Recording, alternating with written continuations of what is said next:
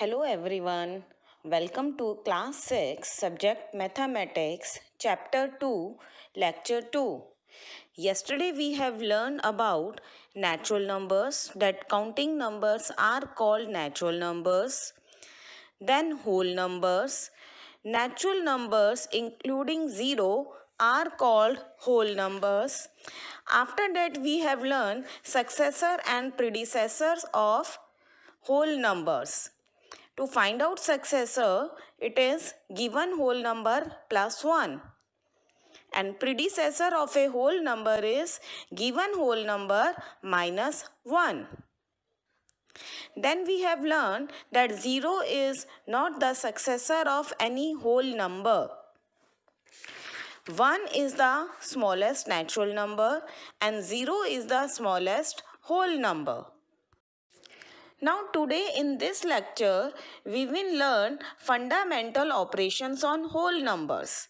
We are already familiar with the 4 fundamental operations of addition, subtraction, multiplication and division on the whole numbers.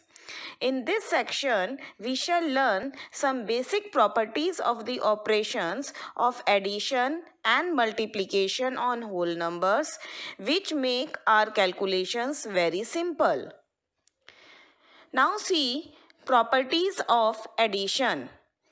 Our first property is closure property of addition.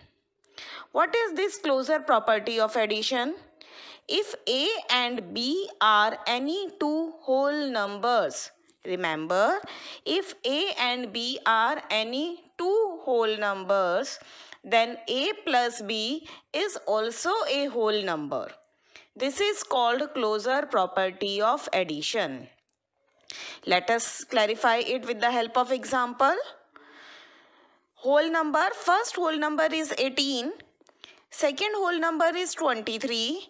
Find out their sum. 18 plus 23 is 41. Now tell me, is 41 a whole number? Yes, 41 is a whole number. See the next example.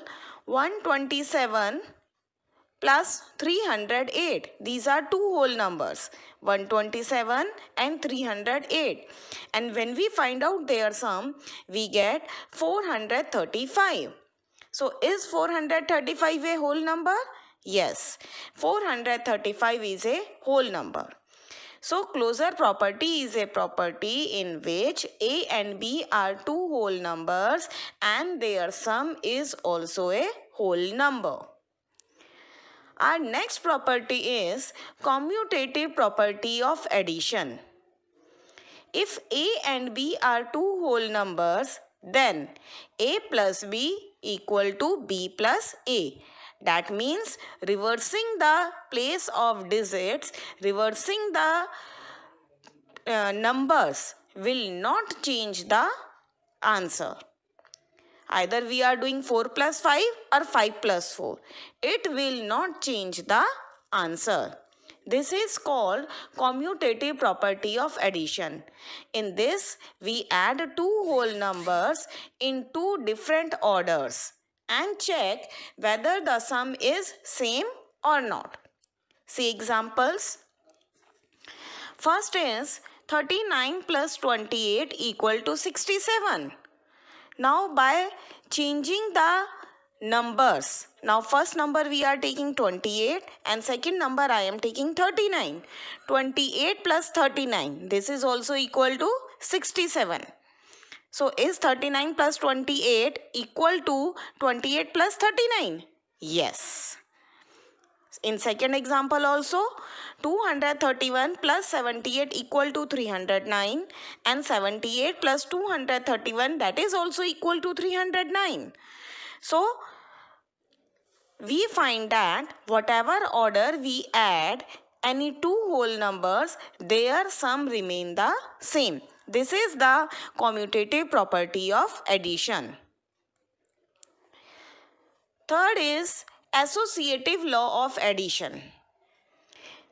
If A, B and C are three whole numbers, now in this we have three whole numbers, then A plus B we are keeping A and B in one bracket plus C outside. That means we are making the pair of two whole numbers, A plus B, and then we add C to that. It is equal to, now we are making B plus C first. We are finding the sum of B plus C and then we add A to that. This is called the associative law of addition. See the example. 8, 13 and 6. These are the three whole numbers we have. First we have done 8 plus 13 first. 8 plus 13 and then we add in this sum 6. 8 plus 13 is 21 and 21 plus 6 is 27. Now we are changing the orders. Now in this 8 plus and we are doing 13 plus 6 first.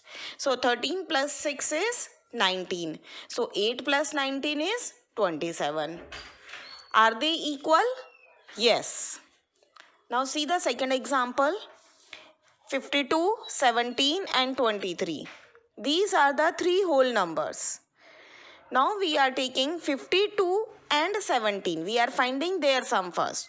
So 52 plus 17, it is 69. And then to 69 we are adding 23. So 69 plus 23 is 92. Now again I am changing the order. I am taking 52 separate and first of all we are finding the sum of 17 plus 23. So it is 52 plus 40. 17 plus 23 is 40. And now 52 plus 40, that is also equal to 92. Are they equal? Yes. So from the above example, we find that the sum of any three whole numbers is whatever way we associate them remains the same. Means change of order of number in addition will not change the answer. Now next is existence of additive identity. What is this additive identity? The zero has a special role in addition. We know very well when we add 0 in any number, we get that number as an answer.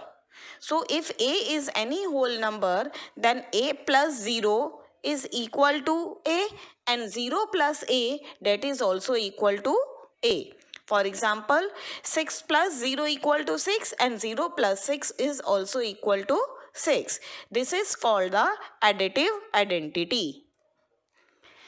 Now see properties in subtraction in whole number. Properties of subtraction in whole number. If A and B are whole numbers such that A is greater than B, then A minus B is a whole number. If A is greater and B is smaller, then we can do A minus B and whatever result we get, that is a whole number. But if A is smaller than B, okay, if A is smaller than B, means if A is 2, suppose A is 2 and B is 5, then A minus B is 2 minus 5. Is this a whole number? No, this is not a whole number. For example, 8 minus 3 is 5. It is a whole number. But when we are doing 3 minus 8, it is not a whole number. We will not get whole number when we are subtracting bigger number from the smaller one. Hence, whole number are not closed under subtraction. This is the final result that we get, that whole numbers are not closed under subtraction. In general, if A, B and C are any whole numbers, then A minus B is not equal to B minus A. Second, if we are doing A minus B first and from the result we are subtracting C, that answer, that difference is not equal to A minus then B minus C. Third, A minus 0 is equal to A, but 0 minus A is not a whole number. So, 0 is not the identity under subtraction. We have learned that 0 is the identity in addition, but 0 is not the identity under subtraction. Now see properties of multiplication. First is closure property of multiplication. If A and B are two whole numbers, then A multiplied by B is also a whole number. This is called closure property of multiplication. Means when we multiply two whole numbers, the product that we are getting, that must also be a whole number. Now see this with the help of example. First whole number is 12. Second whole number is 8. We are finding their product. 12 8s are 96. So is 96 a whole number? Yes, 96 is a whole number. See one more example. 15 is a whole number. 10 is a second whole number. Their product is 150. 15 tens are 150. Is 150 a whole number? Yes, 150 is a whole number.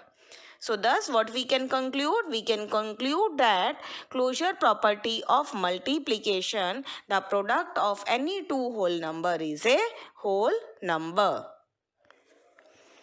Now commutative property of multiplication. If A and B are two whole numbers, then A multiplied by B is equal to B multiplied by A. This is called the commutative property of multiplication. This you have done in your junior classes also. We know very well that 4 multiplied by 3 is equal to 3 multiplied by 4. But earlier you don't know the name of this property. So this property is known as commutative property of multiplication. For example, 7 9s is also equal to 63 and 9 7s is also equal to 63.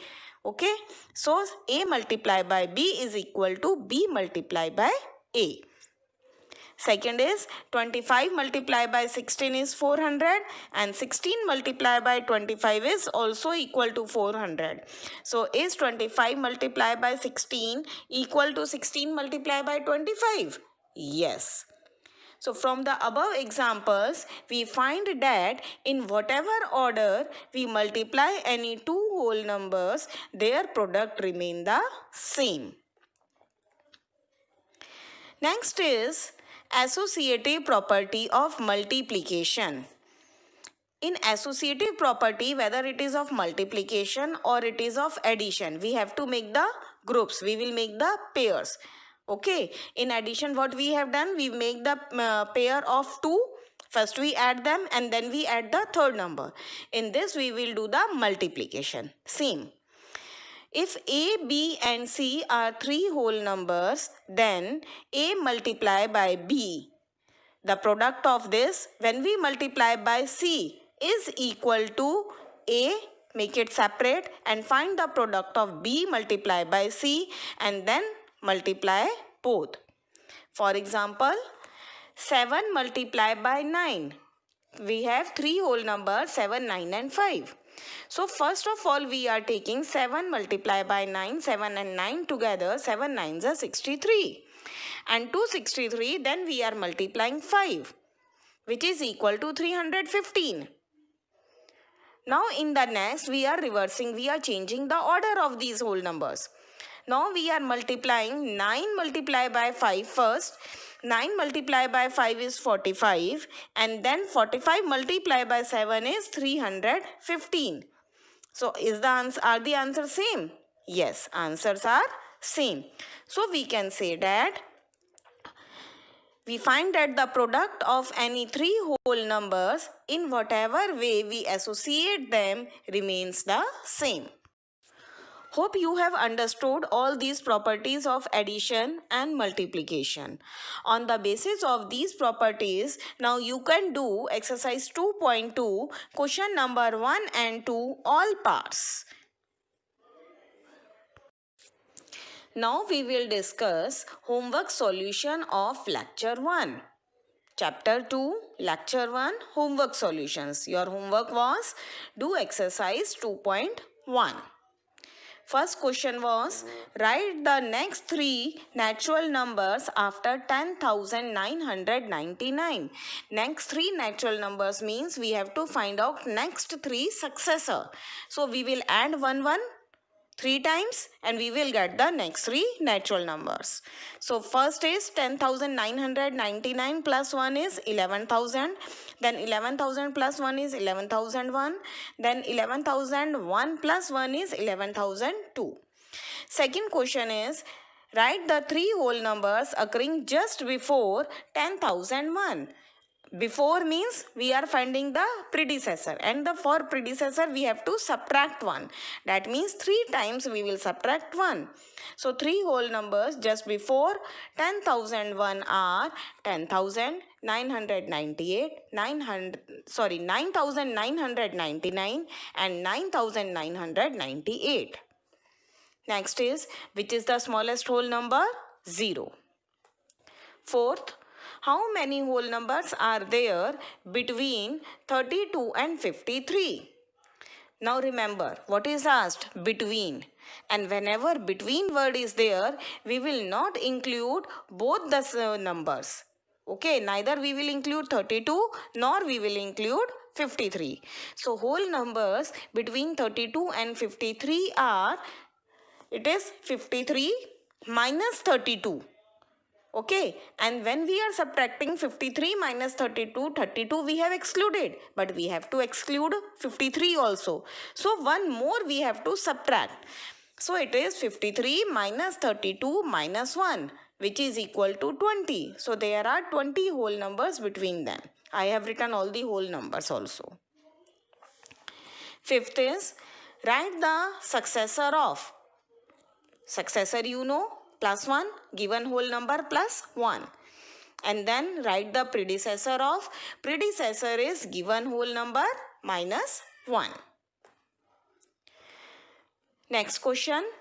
In each of the following pair of numbers, state which whole number is on the left of the other number on the number line. Now pair of numbers are given. You have to tell which number lie on the left hand side of the other.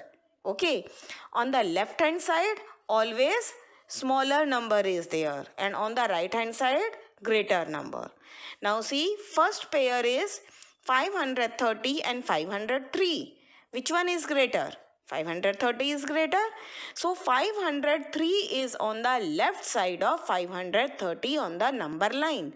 Again I am telling, smaller number is on the left hand side and greater on the right hand side. So 503 is on the left hand side of 530. In this way you can do all the parts. This is all for today. Tomorrow we will meet again. Bye.